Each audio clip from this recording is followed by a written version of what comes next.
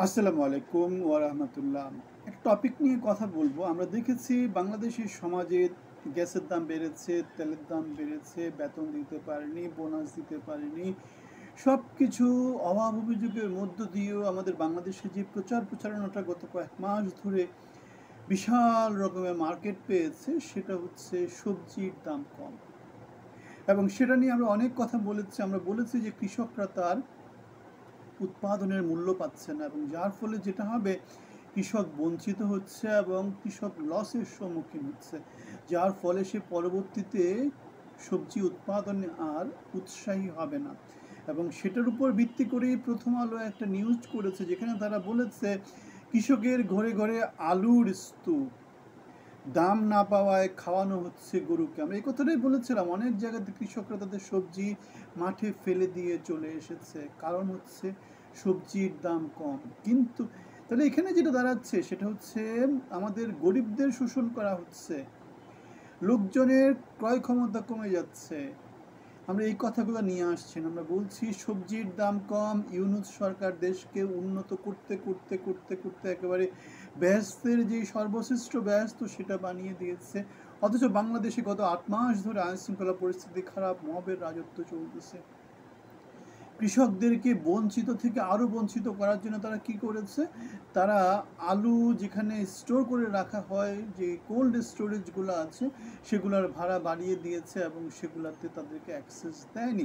যার ফলে তারা কি করতে পারেনি, তাদের আলুগুলা, তাদের উৎপাদিত সবজিগুলা তারা সংরক্ষণ করতে পারেনি। এবং যেটা হচ্ছে, তারা মূল্য না পাওয়াতে এখন ঘরে রাখছে, পচে যাচ্ছে, গরু ছাগলকে খাওয়াচ্ছে অথবা বিলিয়ে দিচ্ছে, নানা কিছু হচ্ছে। এই যে এই অবস্থা শোষণ, নতুন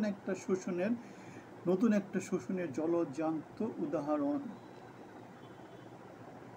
যদি আলু সংরক্ষণের ব্যবস্থা যদি সরকার করে দিত, তাহলে আলুগুলো নষ্ট হতো না, আলুগুলার একটা ন্যায্য মূল্য কৃষকরা পেত।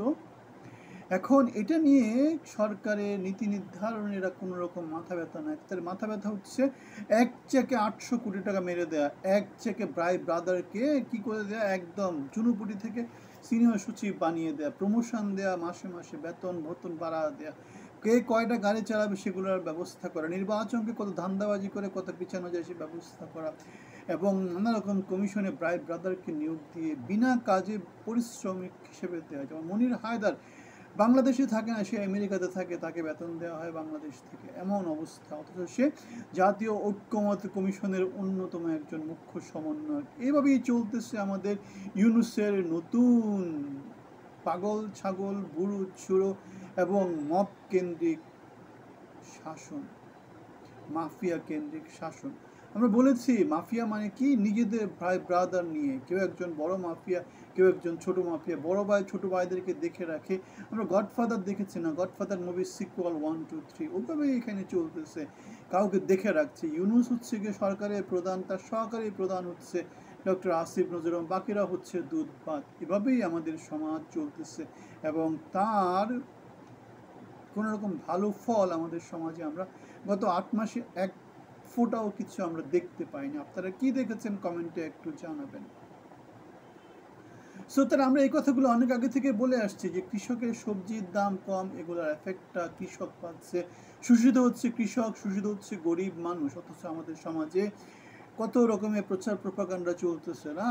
অথচ আমরা দেখতে পাই গ্যাসের দাম বেড়েছে, তেলের দাম বেড়েছে, এগুলোর দাম কিন্তু মানে লোকজনের চাকরি হারিয়েছে, লোকজন সামনে আরও চাকরি হারাবে, আমাদের শিল্প কলকারখানা বাড়তেছে না, আমাদের কর্মসংস্থান বাড়তেছে না। সব মিলায়ে বাংলাদেশ একটা শোষণের সাম্রাজ্যে নতুন করে আছে, এবং বাংলাদেশের জিডিপির প্রজেকশন 1/4 নেমে গেছে, যার ফলে দেখা যাবে বাংলাদেশের উৎপাদন কমে যাবে, মধ্যম আয়ের দেশে যাওয়াটা চ্যালেঞ্জিং হয়ে যাবে, আলটিমেটলি বাংলাদেশ পিছিয়ে যাবে। সুতরাং সব দিক বিবেচনায় আমরা বলি যে খুব দ্রুত নির্বাচন দিয়ে নির্বাচিত সরকারের কাছে, জনগণের যোগ্য প্রতিনিধির কাছে ইউনূস সরকারের ক্ষমতা দিয়ে দেওয়া উচিত। বিএনপি এপ্রিলের 16 তারিখে প্রধান উপদেষ্টার সাথে নির্বাচনী রোডম্যাপ ইস্যুতে মিটিং করবে। আমরা আশা করব এপ্রিলের 16 তারিখ বা এপ্রিলের মধ্যে বিএনপি গঠনমূলক কোনো আন্দোলন বা সংগ্রামের একটা ভূমিকা নিবে। কারণ হচ্ছে গেল তো অনেক মাস গেল, কয় মাস হয়ে গেল, মোটামুটি 8-9 মাস তো হয়ে গেল।